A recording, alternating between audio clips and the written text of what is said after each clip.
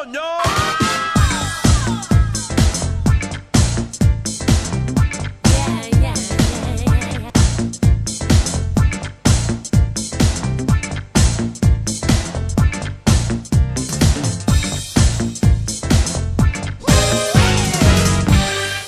Hey everyone, and welcome to the Live Now podcast. I am your host, Dr. Jen Faber, and in this podcast, we show you how to live more now so you avoid regrets later. And I am humbled and grateful for the man that is with me on this podcast today, Charly Caldwell II. He is someone who, it's an understatement to say, has been a huge source of inspiration and clarity in my life. And just to confess, a minute before we started, Charly and I did virtual hug. Bring it in. Bring it in.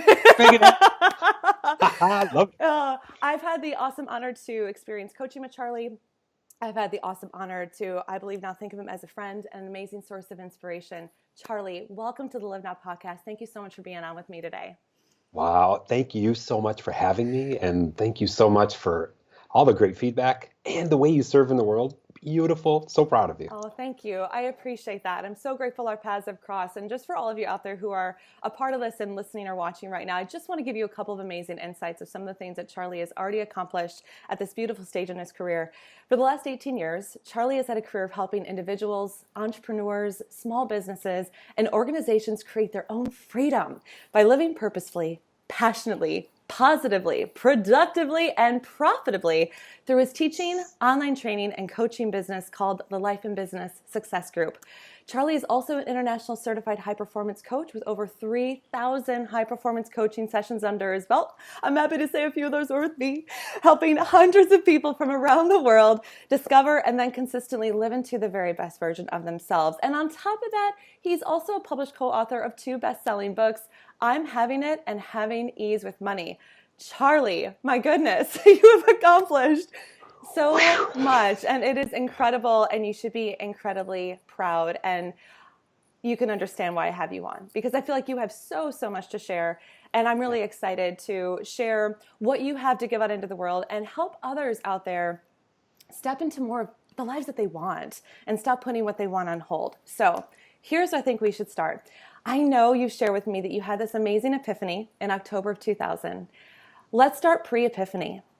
Yeah. Talk to us about where your life currently was in that time before you had this major epiphany in your life.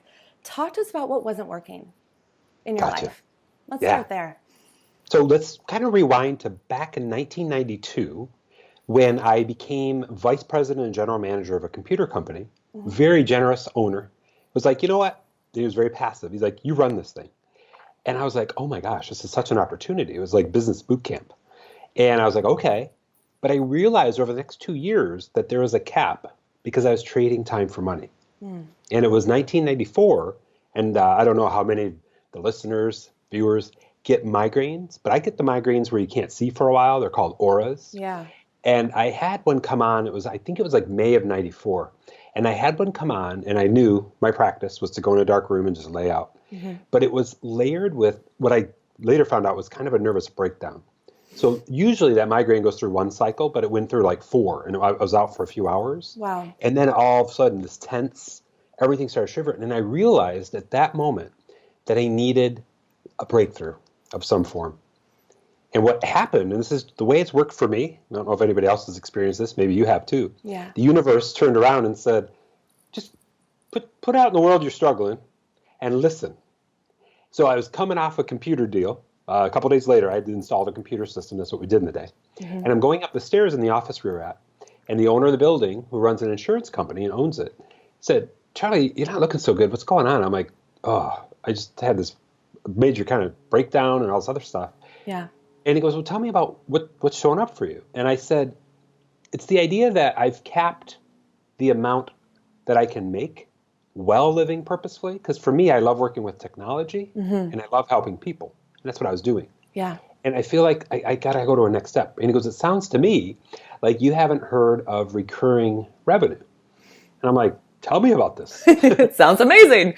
Yeah, he just seeded it for me. Because that's what the insurance industry is. You pay a premium every so often. Right. They get a part of it. And it's just recurring. You keep relationships alive. Right. So I thought about that. And then I laid out on paper, actually, a business model where at the time people were asking me, because I do a lot with computers and internet, pre-World Wide Web Yep. stuff, could you bring local internet access to our area? This was up in Livingston County, Michigan. And I was like, yeah, I think I could. And I did. And I laid that out in 94, brought that to life with my ex-wife, September of 1995. Yeah. And our goal is to get to 2,000 subscribers, paying about $20 a month. That's a really nice income per year. Absolutely. And that would be cool, and kind of get to there. What we didn't know was that was right on the front end of that growth. So inside of 5 years, it went from a few people to 10,000 subscribers. Wow. We were billing out like over 200,000 a month. Amazing. And it was like, what do we create?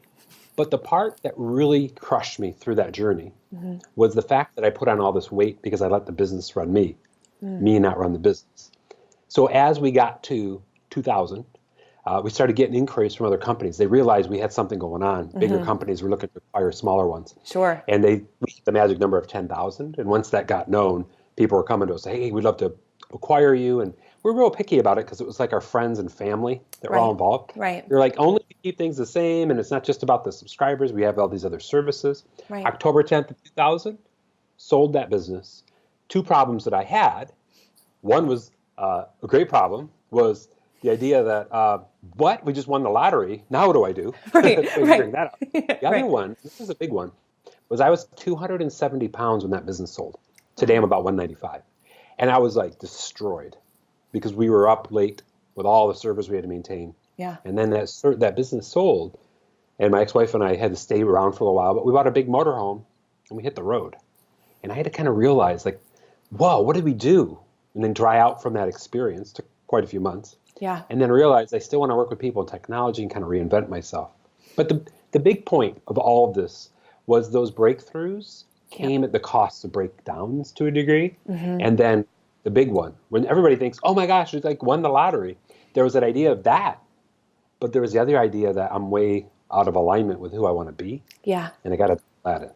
So that's kind of the short version of that. Well, I think it's amazing. I think you touched on so many things in that, not only in your own struggles, but it's a testament to how you've really transformed yourself in a matter of a pretty short window of time.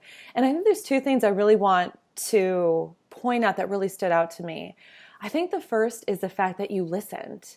I think the fact that you actually listened, that there was a rub, right? There was something that was off. And I think it can be very easy for us to be very paralyzed by our past choices, or be very paralyzed by the circumstances of our life saying, well, this weight is my weight, or this salary is my salary, or this is just how my career is going to lay out. And I love the fact that you didn't settle for that. And I think you're a great example of that. Something I want to linger on, of course, something I want to linger on for a moment before we dive more into how this epiphany has transformed you and how you live and how you serve, is I think a lot of times we're taught in this culture that success should be the happiness, right? If you climb up the ladder, or if you get this promotion, or if you make this salary, once you hit this point, you should be good. And you shouldn't wake up in life if you're surrounded by a lot of the things you've worked towards having.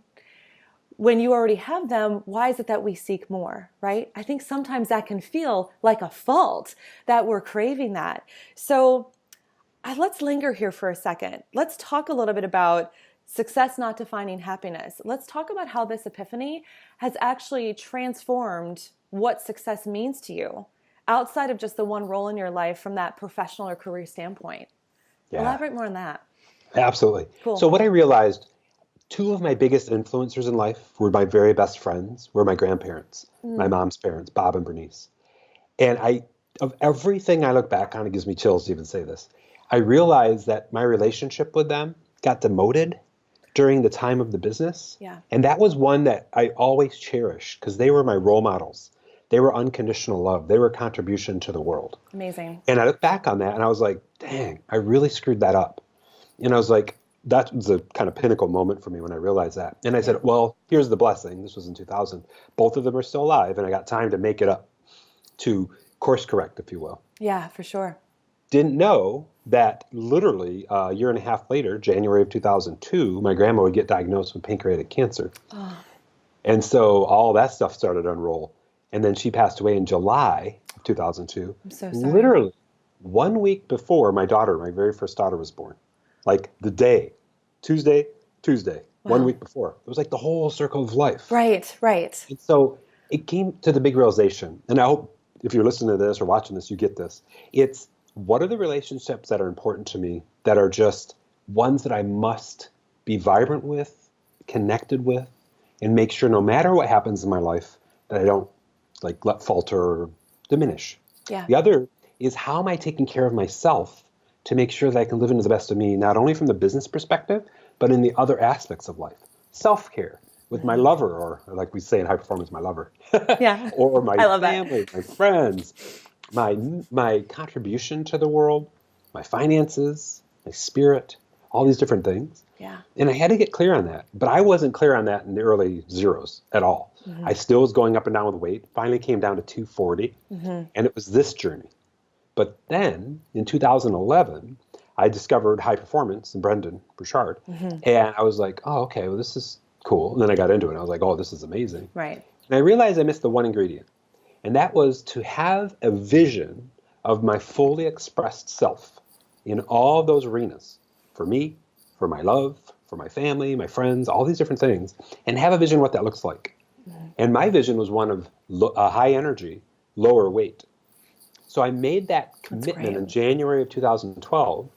And on July 25th, 2012, went below 200 pounds for the first time in over 20 years. And that was the scene. That's the big part. So I hope that kind of answers what you're asking, because it does. It's this journey of kind of doing the dance, but keeping a harmony in life. And I think what's so important about that I want to linger on is for just a moment is that I think sometimes we are taught to believe, for whatever reason, that growing in one area will probably mean sacrifice in another. And I don't think sometimes we're giving ourselves the permission to think that we can have it all, even though we try to have it all by getting instant gratification in things like, let me buy something to feel better, or let me eat this to feel better, not realizing that we can actually have a very holistic view in life. And I believe personally that the reason why more people are dissatisfied with their work, with their relationships, with their health, is they don't actually step into who they are equally in each of those roles. Because if you segment yourself, or if you put all of your life into one role in your life, you don't have energy for anything else, right? You just end up hiding in that. So I think that's really important, because I know there's people out there who are listening who are probably find themselves in that kind of position. And I remember as a kid, you ever play with the race cars, Charlie, as a kid, where you would like have this little car or a number of different cars. And I don't know about you, but I always like to make sure all the cars were moving, right? Like one would get ahead and then, let's make sure another gets ahead, but they were all moving together. And I talk about that a bit in my book too, but I bring this up now because I think that's how life should be, where we're constantly growing in all different facets of our life. And not one is left behind. There's not one loser in the race, right? We make sure we're tending to all of that. And your story just pieces that together so beautifully. So knowing what you've learned in all of that, and I love that you've actually harnessed these struggles into something good. Let's talk about the Charly today. Let's talk about the man, the mission, right? Who is on a war path to help people seek mastery. One of the things that I love about you share with me before our interview, is you have this mantra. I like to think of it as a mantra. You have these 5 P's that you live by. And I'd love for you to share the evolution of those 5. And what do those 5 mean to you? And what are they? Yeah, absolutely. So the 5 P's that I teach are purpose, passion, positivity, productivity, and profitability. And they're in that order for a reason. That was sort of my unveiling as I discovered my own path. I discovered purpose and passion early on in my life. I knew, and a lot of kids in high school were like unclear about what they wanted to do. And I'm like, I want to work with technology. I want to help people. I knew that. Right. And I loved computers, build my own computers. So I was clear about that back then. And as I evolved, it became real clear to me that a lot of people can do things they're purposeful and passionate about, but still bring a negative or neutral energy to it. And not always, but just they have that piece to them. Right. That piece where they live in a blame, excuse, denial mindset instead of an ownership, accountability, responsibility mindset. So I was like, okay, well, if we're going to do this, let's do this from a positive place. Another piece to that is that I like to live from an ambition, a clear view of what I want to achieve in the world, Yeah. and minimize my time in the struggle. Now, obviously, struggle is going to be around, challenge, frustration is going to be there. But I question the listeners on this too. If you're living in the struggle, or are you living in the ambition? So I was saying that kind of equates to that positivity piece. Right. Is the highest performers in the world, they dip their toe in the struggle. That's going to show up. Right. But they swim in the ambition. Oh, I love that. And it's a big saying I came up with probably a year and a half ago. And when I said it, I was like, that sounds kind of good. It's amazing. People train for that. Yeah, I'm writing that down. Yeah, and then when you tie productivity to it, not getting more done, but the way we teach it in high performance is the idea of getting the right things done, but knowing what those right things are in all facets of life. A completely productive day for me is going out. I'm at the home office today, going out in the living room with my girls, who I have half the week. They're 13 and 15, my beautiful babies. Yeah. And hanging out with them. That's full production for me. A lot of people, they equate work with production, and they don't equate the bigger picture of life with it. So that's that P of production. And then, of course, there's a lot of people who have tons of value to give, but they haven't figured out how to make a profit from it. Like, they say they'll make money from it, but the money they're making is below the expenses they have. So I do a lot of training on how to really ease that burden by being clear on what your break even is and being clear on how to reduce expenses so you live in less fear and less frustration. But you're doing things you enjoy from a positive frame of mind while you're feeling that buzz of passion and that burst of purpose. And if you're not clear on what purpose is, the two big ones, improving people's lives somehow, growing people's businesses somehow. Like, when I ask people if they're feeling really purposeful in their day, those are the two that rise up. Definitely the first one, improving people's lives, but growing people's businesses is, depending on what they do, maybe part of it. Yeah. So that's 5 Ps in the wrap up. They're amazing. And I love it. I love it too. I still have more questions, but I love it too, because what I think is, it's so interesting in that these 5 Ps to me are like the epitome of choosing what I get to do, what I'm honored to do, what I'm graced to do. And looking at life burnout, and something that's such an underdriving force for me is, 50% of people now feel burned out in some facet of their lives. And I think it's because they're really embracing that mentality of, I have to do this, I have to wake up, and I have to take care of the kids, and I have to walk out my dog, and now I have to go to work and sit in this car. It's a day of have tos. And when I think about those 5 Ps, it's such a holistic way to look at how can every single moment be intentional, even if you're doing the same thing, right? You teach transformation and you teach growth, but even if people could take that and look at the same circumstances in their life and make the same exact choices, but they could switch their mindset from a place of ambition and not struggle, then taking out the dog actually is fun, right? Making breakfast for your girls is actually just a beautiful thing, because you get to see them before you go into your purposeful work, right? And I know I struggle with this. Just as a brief personal share, I really struggled getting very distracted by a really negative boss in a very toxic, micromanaging environment in the first 2 years of my career in the health and wellness world.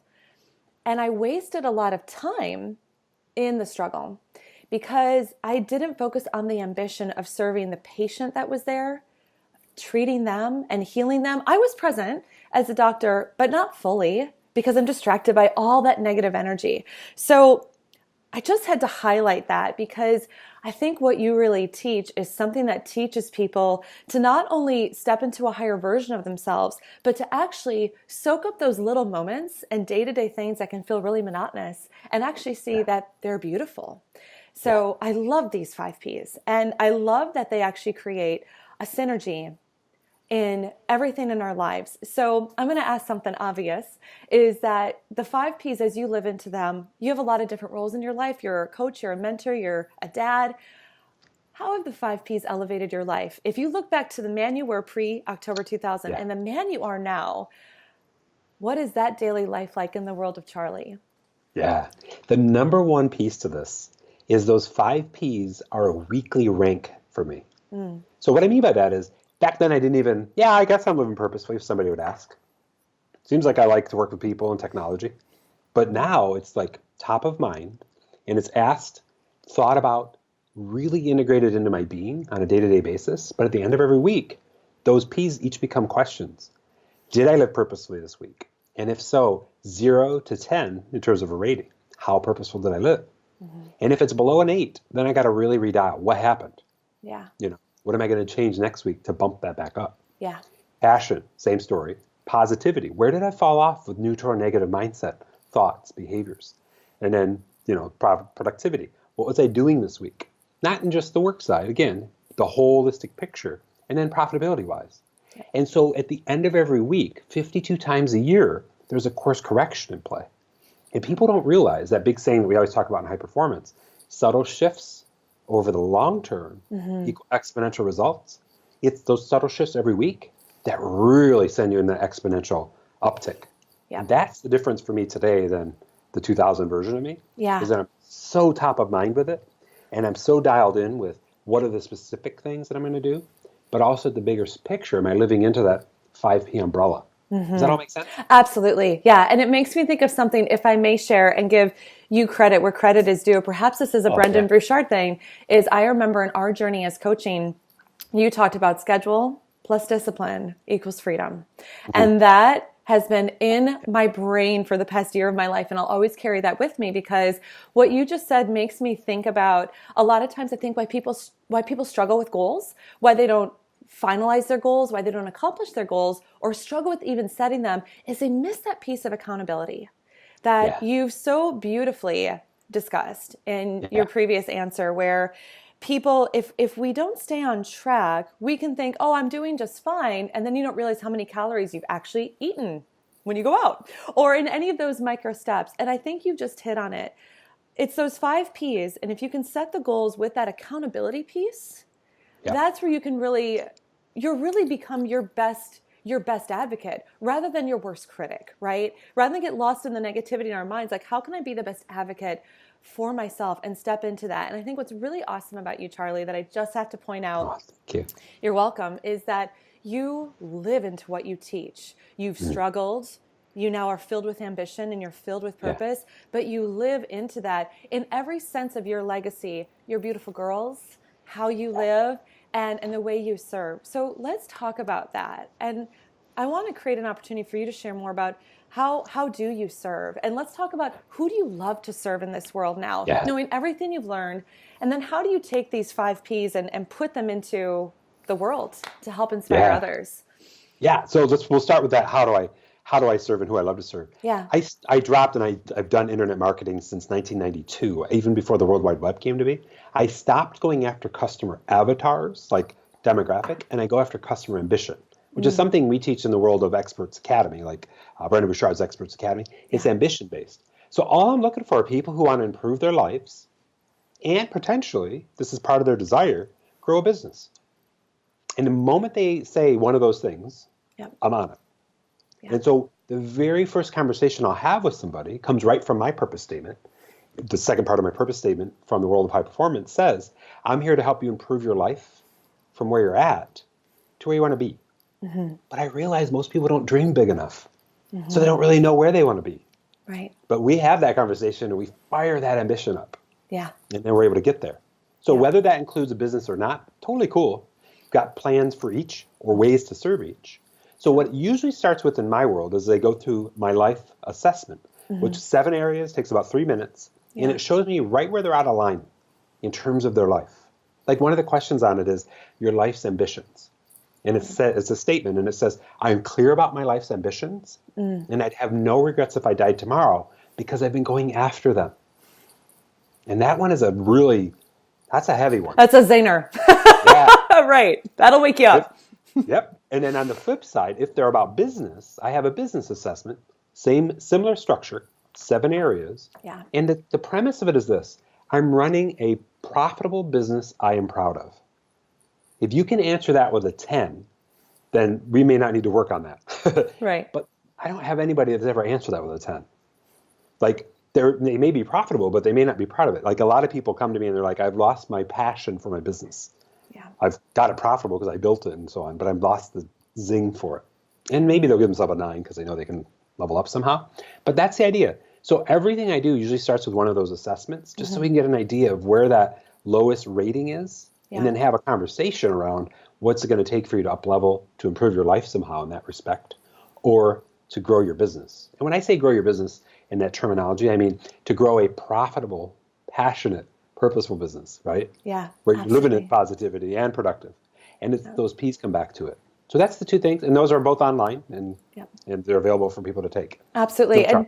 And yeah, and I also want to share this too. I think this is really important to point out. I love how you embrace and embody the word mastery and how that is in a part of what you are such an advocate to teach and help people go to that level. And I say that because I think it can be so easy in this world of information to feel bombarded by messages. And I think sometimes a lot of messaging can very much feel like that instant gratification, how to sell your product overnight or how to launch your business in a week and how to do this. And I'm all about getting quick results and quick momentum, but I love that you talk about that slow burn, and how do you keep stoking that fire, right? Let's add some more kindling. Let's add some more. And before you know it, this beautiful little flame has become this bonfire of mastery awesomeness.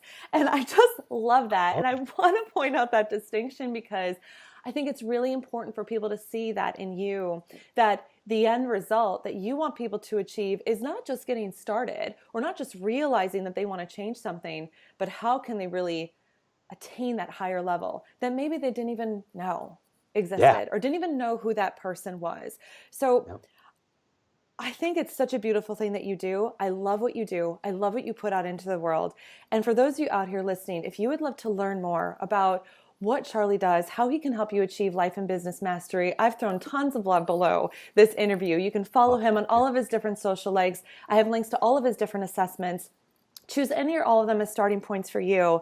And embrace this journey and embrace all of the knowledge and skills that Charly is bringing to the table for you to help you really elevate your level of life. And Charly, I just have to say, thank you for your eloquence and thank you for your presence. And thank you for being so vulnerable in our time together today. Not only, as I mentioned, in the influence you've had in my life, but the way you influence so many people and literally change a course of their lives. You're welcome. It is truly an honor. You are truly amazing. And thank you so, so much for being a part of the Live Now podcast today. Thank you so much. And I appreciate everything you're doing. Wish you the best with everything you're up to and your new book too. Thanks for everything. Thank you, Charly. It's been my pleasure. It's been great to have you on.